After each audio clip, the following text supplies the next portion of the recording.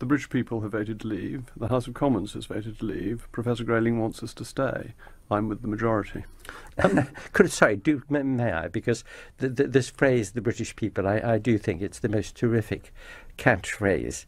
We're really talking about a quarter of the population when you sum up who that 37% of the restricted franchise was. Well, I think this is such nonsense. The figure gets lower and lower for Professor Grayling's convenience. The British people voted in a fair election, and a majority voted to leave. A minority I think to call of them them the did. British people is extremely fair. A minority of them did, and I have to say, with very great respect, that to see an old Etonian stockbroker on the far right of the Tory party representing himself as a tribune of the people, representing the interests of car workers in Sunderland, is mildly implausible. Are you being Etonist?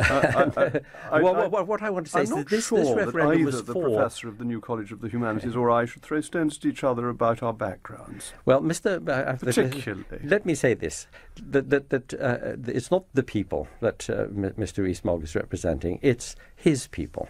Because the kind of Britain that he wants, a low-tax Britain, a Britain where there isn't enough money for the NHS and for state education and for welfare and for environmental protection. If we don't give it to the EU. Well, you want to privatise it. I mean, you don't use it, you want to privatise it. I don't want to privatise the NHS. I've never argued for the privatisation of the NHS. You're putting words into my mouth. Sarah in Battersea. Good evening, Sarah. Hi, Nigel. So is it right and proper? Is it pragmatic and sensible? Is it good for the economy that free movement continues for a minimum of 2 years after we've left the EU? Well, thanks. I'd like to ask the question in a slightly different way and answer it in that way. Okay. From my perspective, I would love for a hard Brexit to happen, not for the same reasons as you at all.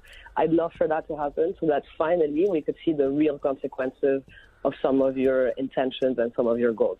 And what is a hard Brexit, Sarah? What does that mean? So yeah, no, it's true. It means many things. I think it's the kind of Brexit that you have in mind. So no freedom of movement, no ECJ, and so on. So you mean the Brexit we voted for, Sarah? Yes, in a way. Exactly. Thank you. So why do you call it hard Brexit? Why not call it democratic Brexit? Let's call it that way, fine. I don't want to be into semantics, but the reason why I want that to happen is so that we see what the consequences of all these actions would be. So you wouldn't be in the opposition how you've been all of your life, but you'd actually be in a position of power, and you'd see what happens when you take such decisions. I mean, you know, the world is fully globalized and integrated today. Forget even the freedom of movement. Everything is in a global supply chain. You get out of the EU tomorrow without a deal, everything comes to a stop, and for the UK only. Well, hang on, Sarah. You're arguing that we're living in a globally interconnected world, and I'm arguing that perhaps the biggest benefit, trade-wise, of Brexit is that we're now free to re-engage fully with the 85% of the world economy that isn't part of the EU. Yeah, sure. I mean, I've heard that many times before from you and from others. I'll take one example. I work in, and I invest in Africa day in, day out. I work for a company that's invested billions in Africa. I can tell you now, so I know what I'm talking about. I can tell you the UK does not want to do trade deals with Africa for many, many reasons. One of them is, do you really think UK customers are going to want to buy Nigerian tomatoes? I mean, Nigeria imports all of its food already. What are they going to export food-wise? What exactly do you expect to trade with Africa? Well, Africa could sell us all sorts of agricultural products and cut flowers and all sorts of things, and it does sell some of those things into our market already, Sarah. But as you know, as an Africa expert, the EU does everything it can to make it really difficult for Africa to sell any of its produce into Europe. Africa imports the vast majority of its agricultural produce. They only make very smallholder farming. That's the huge issue in Africa. So what is it that you want to trade with Africa? Well, is it people? I tell you what, fish would be a very good example, Sarah, of an industry that Africa could and should be benefiting from in terms not just of catching but of processing and exporting. But as you well know, a lot of African fish is now caught by the European fleet. I'll give you another example. You mentioned trade deals with the rest of the world. How about India? Did you know that the Prime Minister of India did a tour of Europe? He came to Spain, he went to France, he went to Germany. Yep. This was 2 months ago, and it didn't even come by the UK. So if the UK was so important, so relevant, wouldn't he have passed by the UK while he was in Europe? Well, perhaps the UK aren't very good at making people welcome. After all, President Trump has been all over Europe and still hasn't come to the United Kingdom, Sarah. That is not the reason why the Prime Minister of India didn't come to the UK. The reason why he did it is because He can deal with a market of 500 million people, or he can deal with a country of 60 million people. But if you want to do a trade deal with the EU, be prepared. Don't hold your breath, because it might take 7 or 10 years. And there are countries, Sarah, all over the world, little countries like South Korea, Singapore, Chile, who actually put the EU to shame when it comes to negotiating trade deals. Sarah, we're never going to agree. You're a big pessimist about what you call a hard Brexit, but we did actually compromise and agree that it was a democratic Brexit. The sums that I have seen that they propose to demand from this country seem to me to be extortionate, and I think to go whistle is an entirely appropriate expression. Boris Johnson is legally correct. There's a very good report by the House of Lords European Scrutiny Committee, which set out that if we leave without a deal, under EU, international and UK law, we owe no money. And that's a very good starting point. So without a deal, is without a deal, that's right. So then you're saying, what is it in our interest to pay to get certain other elements that we want? But their starting negotiation position from the EU point of view is they have no legal basis for demanding these payments. No, but they're saying that is the gateway to getting a deal, and you want a deal, don't you? Or would you like no deal? They're saying a moral obligation. But a moral obligation ranks for less than a legal No, but they're also obligation. saying that's how we can part as friends. I mean, what's your personal view? I mean, we have entered into obligations, haven't we?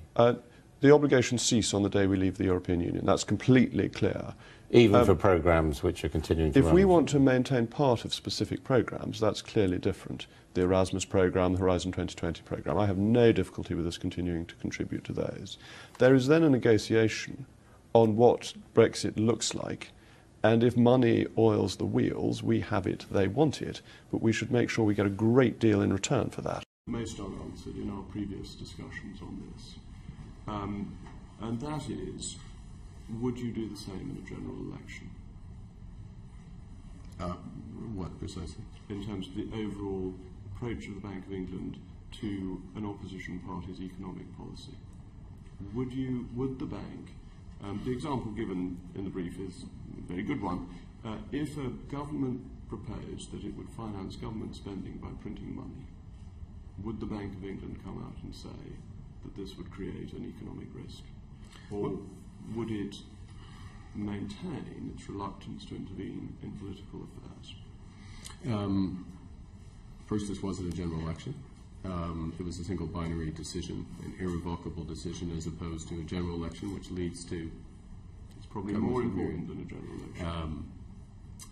Secondly, we observed PERDA during the official PERDA period, with the sole exception, which we have flagged to this committee, is that the MPC minutes had to come out during that period. We had a responsibility to release those in those minutes, but those minutes were consistent with the minutes at the May meeting. There wasn't new information, if you will, or new perspective in those minutes that we observed PERDA.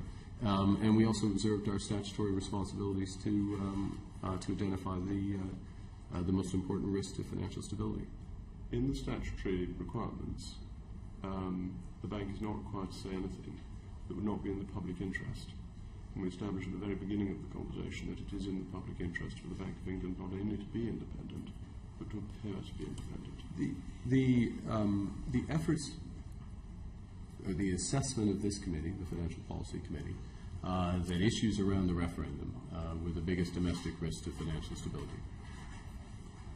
That assessment did several things. Apart from just meeting our statutory obligations, which should be the alpha and omega of this discussion, but it also catalyzed action by the PRA from a supervisory perspective, those open foreign exchange positions. I won't go into detail on that. It catalyzed action by the Bank of England in terms of liquidity facilities being put in place.